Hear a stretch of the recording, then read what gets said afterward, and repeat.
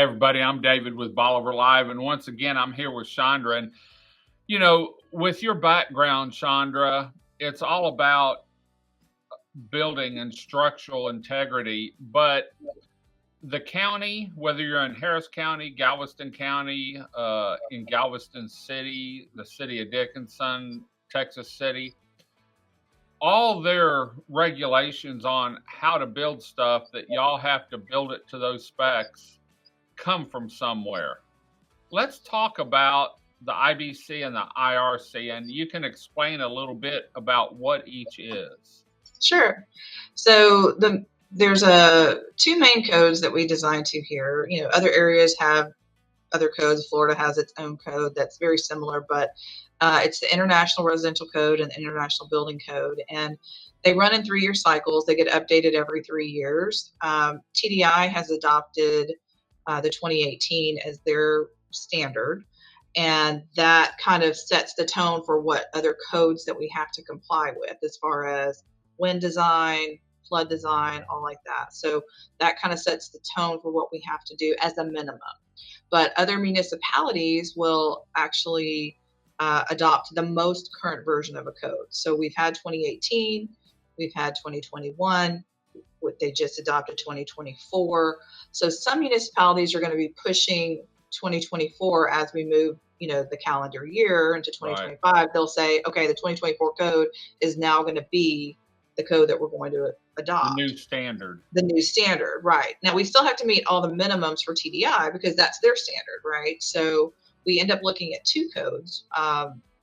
What are the differences between the two codes? Is there differences in wind design between the two codes? And then we have to see which one is more stringent because we have to comply with both. So right. We have to look and see which one's more stringent and then apply those regulations to our plan design. So that's where it gets a little bit tricky when we don't have consistency with everybody moving, code years. Right. Like you were saying, right now, like the city of Texas City has already adopted the 2024. So we've had to incorporate that. A lot of municipalities will do it at, January 1. They'll do a January 1 adoption of the most current code year. Some people may adopt a more current code year, but they may be going from 18 to 21 instead of making the jump all the way to 24. Right. So we actually keep a list of every single city and county that we work in and what their current code version is, because the very first thing that we have to put on our plans is what code version are we working under. Right. So we have to put the code version, the wind speed, and that will vary based on the location, as well as the code version also dictates which wind map you have to look at. So we have two different wind maps we have to look at based on which code version we're using. So it gets a little bit complex. And one of the other things that's really complex is what they call exposure. So we have most everything, especially on Bolivar, is going to be an exposure C or an exposure D. Exposure C is like open areas, no trees, no obstructions, no structures higher than your structure, basically. Right. And then you have exposure D, which is open to the water, and it's a minimum of 600 feet from the structure to the water, or 20 times the height. So if you have a height that's, say, 40 feet times 20 is 800 feet. So that increases that distance that you have to be and not be in that exposure. And it just enhances how much we have to put into it to make it windstorm compliant. So there's lots of little things that you have to know about the different code variations. There's also other life safety issues like handrails.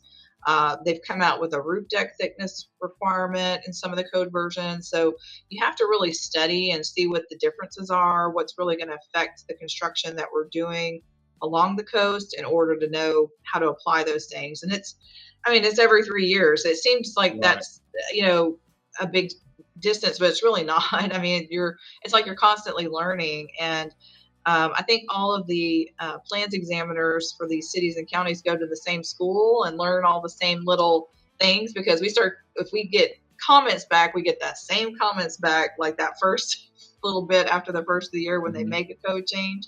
And we end up seeing, all these same comments come back to us that we have to fix, and then we have to change our plan set, and then we have to make sure we incorporate it in the future as well. So it's really funny. Is that something that y'all have to plug into your, your programs when you're drawing and stuff, so that it's up to date also? So it's not just keeping you informed. You have to keep the computers and everything else informed too. Yeah.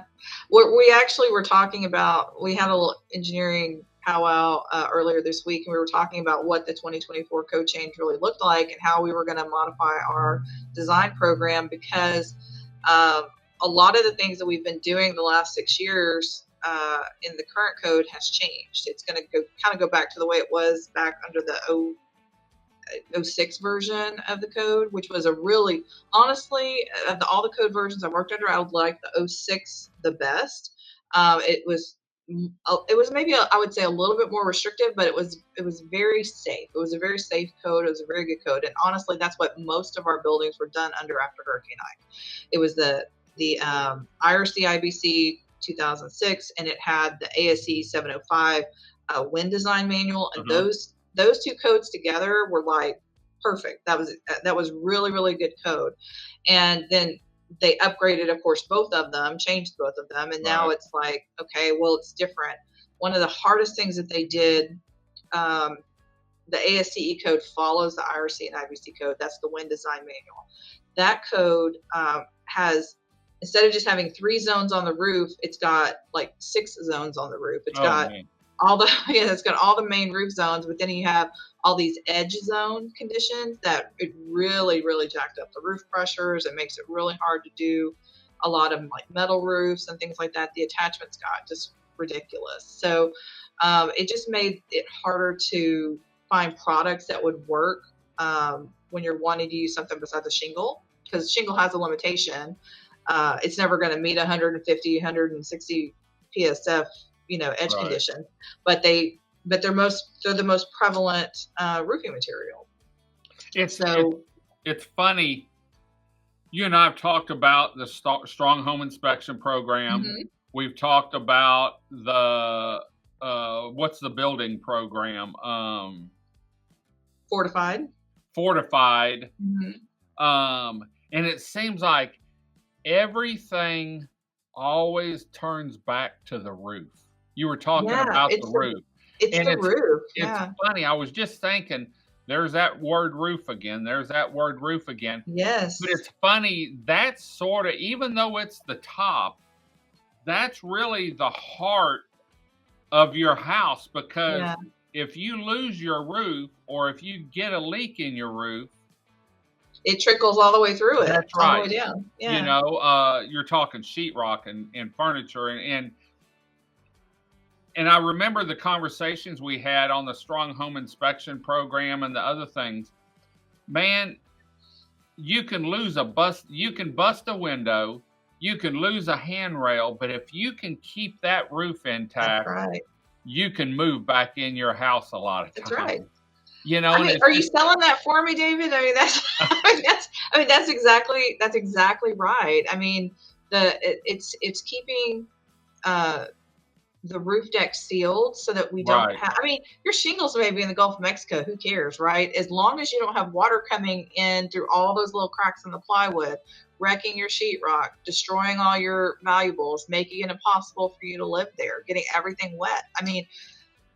It's awful. So the fact that I'm going to go buy a giant shrink wrap machine, because if I can seal my house before I leave, if I have to evacuate, exactly, I just cut the shrink wrap and move right back in. I can always take a ladder up the stairs. And during Ike, some of the homes on the Bayside, the bottom was gone, the stairs was gone, the electrical box was gone, but they were able to stay at their house and run off a generator, and they went around, and it might have taken them 2 or 3 days, but they capped all the electrical off, and they were able to bring water in and pump, and they were able to stay in their house and watch the neighborhood, right after Ike, and then they rebuilt and started a little bit at a time. But I was just, when you were talking about the roof and the different zones on it, that R word again, you know, Yeah, and it it's that comes R word. back to the man.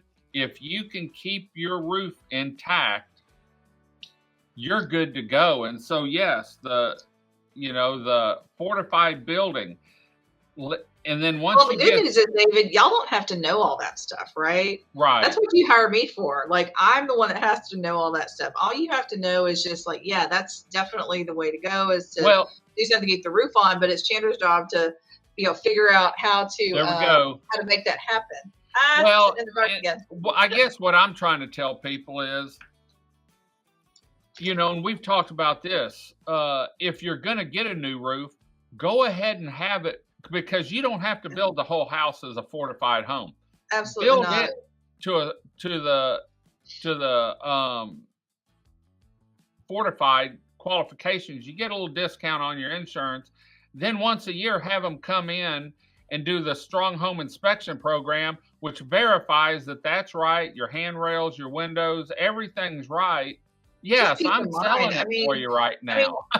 Majority of people aren't contractors. They're not builders. They may not even be handy, right? Yeah. So they may not even live there. So the fact that they can have somebody independent just go by, check everything out, give them that peace of mind, give them a little checklist of things that they need to work on, correcting kind of these are, normal maintenance. These are things to watch. These are like critical, do them now kind of thing. But that will give them a baseline of things that they need to do. It decreases their liability and makes it where they can have that peace of mind, going, into a summer season, into, rental season, spring season, whatever. But it also gives them a baseline for something happens from one of these storms, But the good news is almost every house that was rebuilt after Ike, those houses are so much better than they were, say, anything prior to that, because the code that they were built under is, I would say, the best code. And then the code that we've had the last maybe 4 or 5 years is okay. It's still good. It's still a good code, but I think the one prior was maybe a better code. Okay. So, and that's the thing. I'm giving everybody the minimum requirements. Right. That's all I'm required to do, is design to the minimum standard.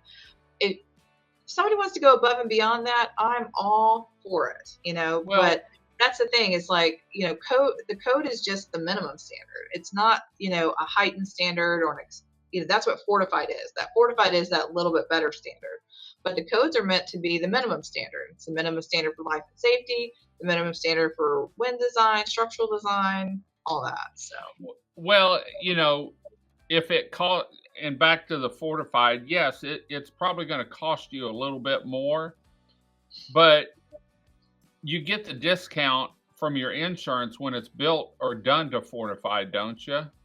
Yes. And so, as long as you get the documentation, and we can get you a fortified certificate on it. We have a lot of insurance agents that we work with that know how to get you those discounts, and it pulls you out of the Toyota pool. Right. So you don't have to have fleet insurance. Yeah, we need to do a show, and it's probably one we'll have to break down, is what the differences are between the regular code and the fortified code, and take like the roof and talk about, and we can use some graphs and stuff maybe in 2025, because you take care of your roof, you can move back in your house if you evacuated, or if you didn't evacuate, you don't have to put a bunch of pots and pans everywhere catching water as it runs down and worry about mold down here. So yeah, you can make a good gumbo instead. Yes. So, well, Chandra, thanks for joining us and talking to us about that today. I think next week's Christmas, or we're rolling into Christmas, so I'm thinking a Christmas show next week. So we'll have to see what happens. So we're going to head on out. Until next time, I'm David with Bolivar Live. Y'all have a great day, great week. Come see us. God bless, and bye-bye.